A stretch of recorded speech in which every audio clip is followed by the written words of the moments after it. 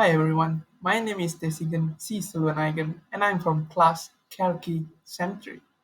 Today I'm going to talk about Network and Security Fundamental Final Assessment, which I'll be focusing on subnetting. Now let's look at the questions. You are provided with an IP address block 172.16.0.0/20. This IP address is a IPv4, which has 4 segments. Each segment contains 8 bits. This slash 20 means it's an subnet mask. Now let's continue with the questions. Subdivide this block into the following subnet subblocks. We need to calculate hosts for each blocks, which subblocks, which are subnet A, which require 500 hosts, subnet B, which require 200 hosts, subnet C, which require 100 hosts, and subnet D, which require 50 hosts. For each subnet subblock, we need to calculate subnet mask, which is prefix length, and we need to calculate network address, broadcast address, and lastly, usable IP range, which consists of first and last usable IP addresses. Now let's continue to our IP address. This is one of the way to convert decimal to binary format for this IP address. I have used this format and this solution to provide this binary number for this IP address. How I calculate this thing? Let's look together. 172.16.0.0. This is how we need to separate to each each segment to 8 bits. So each segment have 8 bits, starting from 2 power 0, which is 1, until 2 power 7, which is equivalent to 1 to 128. And now we need to try an error to find sum until we get 172. How I get it? 128 plus 32 plus 8 plus 4, and I'm getting 172. So this is the correct order that we are getting. So 10101100 is the binary for this 172 decimal number. Same goes to the other segments. So lastly, we need to add together all these numbers into one single IP address. This is how we convert a decimal IP address to a binary format. Now let's focus to subnet masking for this IP address. How we calculate subnet mask? Slash 20 means in and the back of the IP address means subnet mask, which means we need to allocate 20 bits from the start until the 20th, which is we need to change it to number 1. The rest which will change it to 0. This is how we find subnet mask for this IP address block. Now let's look at the first question, which is subnet A, 500 host. Okay. First of all, to calculate the subnet mask, which is the prefix length, we need to list down all the the power of 2's, which are 2 power 0 until infinity, 2 power infinity. But we need something which is larger than 500. So I have taken 512, which equals to 2 power 9. The the formula for this subnet mask is subnet mask equals to 32 minus n. The remainder will be your prefix length. So for this, we have 32 minus 9, which is equivalent to 23. Hence, our subnet mask will be 23. This is the correct way of writing, which is slash 23. Now let's look at the network address for subnet A. For subnet A network address, the address will be same as the block address, which is 172.16.0.0/23. But we have noticed that slash 23 has been changed. Why it occurs like that? It is because each subnet we need to calculate differently. It doesn't end up same with the main IP address. Just now, the value that we calculate has been used in here. Why the network address is same as the block address? It is because this is our first subnet. So we didn't have any subnet in front of this subnet. So this is the starting subnet. So the first will be this the main address, which is 172.16.0.0, and I have converted it into binary format too. You also can see that I have pointed out the subnet mask in this, which is 23. So we need to space out 23, and the rest is we need to change it into 0. It means the network address. Now moving on to the broadcast address. Broadcast address is very simple. How are you going to how are we going to identify the broadcast address? The simple way is to use the subnet mask line, and the rest will be you need to change it to 1. And then you need to convert it into the decimal format.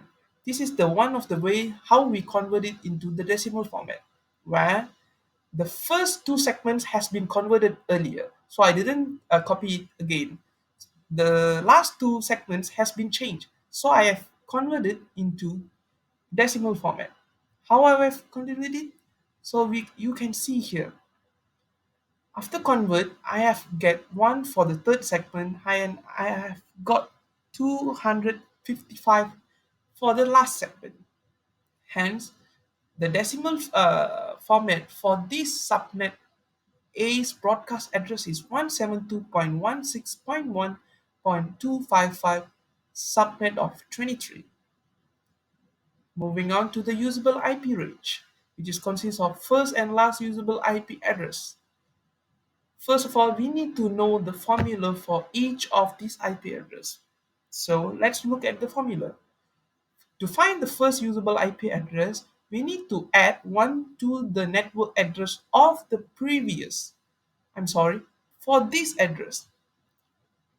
This is how we will find first usable address. Usually the first address, which is the network address, and the last address, which is the broadcast address, we don't use those. We will take, let's say the first address is 0, and we will use the first address, means 1. We cannot use 0. So this is how we will find them. You can see the top picture to know how to find this, where I have added 1 to this IP address, and the remainder have been changed on the fourth segment. So I have change or convert this segment into decimal format. Hence, the first usable IP address for this subnet is 172.16.0.1 slash 23. Same goes to the last usable IP address, but in this case, we will minus 1. So you can see that the last segment has been changed in the second picture. So I have converted in the last picture, last segment in this picture, where I have get 254. So hence, the last usable IP address for this subnet A is 172.16.1.254 slash 23. Hence, the usable IP range is 172.16.0.1 slash 23 until 172.16.1.254 slash 23. That's all for subnet A. Let's move on to subnet B. For subnet B, same goes as subnet A, but in this part we only have 200 hosts. So for this, we need to find the power of 2, where at here we can see that 2 power 8 is larger than 200. So we take 256.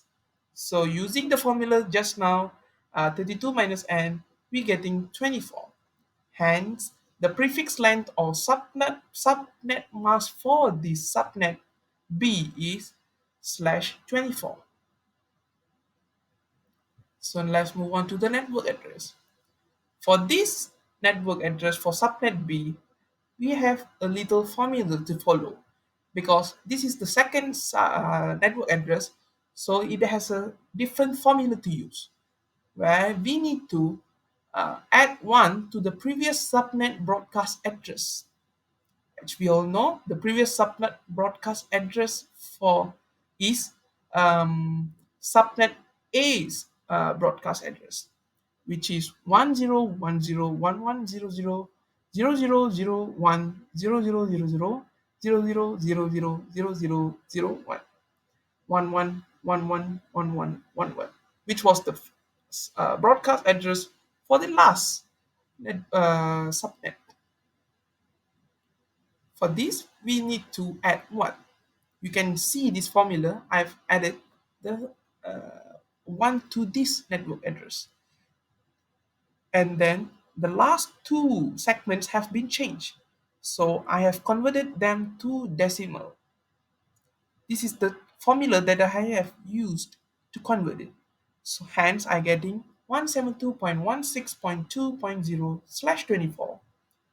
Same concept that we applied in the subnet A, I'm using in for this broadcast address too, where we will change all the bits behind the subnet mask line to 1 and then convert it into decimal to for us to see how to get the decimal IP address, which will be using this format, and I'm getting 255 for the last segment. Hence, the broadcast address for this subset B is 172.16.2.255/24. The /24 is the prefix that we calculated just now. Moving on to the IP address range, which is the usable IP range. Same formula goes here. By adding 1 to the first 1 to the network address, we getting the first usable IP address. By subtracting 1, we getting the last usable IP address. This is the format of using it, and this is the formula of converting the binary number to decimal number. Hence, the usable IP range is 172.16.2.1/24 until 172.16.2.254/24. Moving on to the third subnet, which is the subnet C. For this subnet C, we require 100 hosts. To manage these 100 hosts, we need to find something larger than this number, which is 2 power 7. We can see that 2 power 7 is equivalent to 128. Using this formula, 32 minus n, where 32 minus 7 is equals to 25. 25 will be our prefix length. Hence, the writing format of this prefix length is /25. Move on to the network address of this subnet. Same goes as the previous subnet. We need to add 1 from the previous broadcast address, which I have done here. You can see here. And I also have converted them to the decimal. Hence, the network address for this subnet C is 172.16.3.0/25. For the broadcast address, same as last, we need to change all the bits behind the subnet mask to 1 and then calculate them convert them to decimal, where I have getting 172.16.3.127/25. This is the broadcast address. Let's move on to usable IP range. Same here, where we need to add 1 to the network address using this formula and this, and also we need to convert this binary number to decimal to get our IP address, where we have getting 172.16.3.1/25. Same goes to the last usable IP, but there's a small changes where we need to minus 1.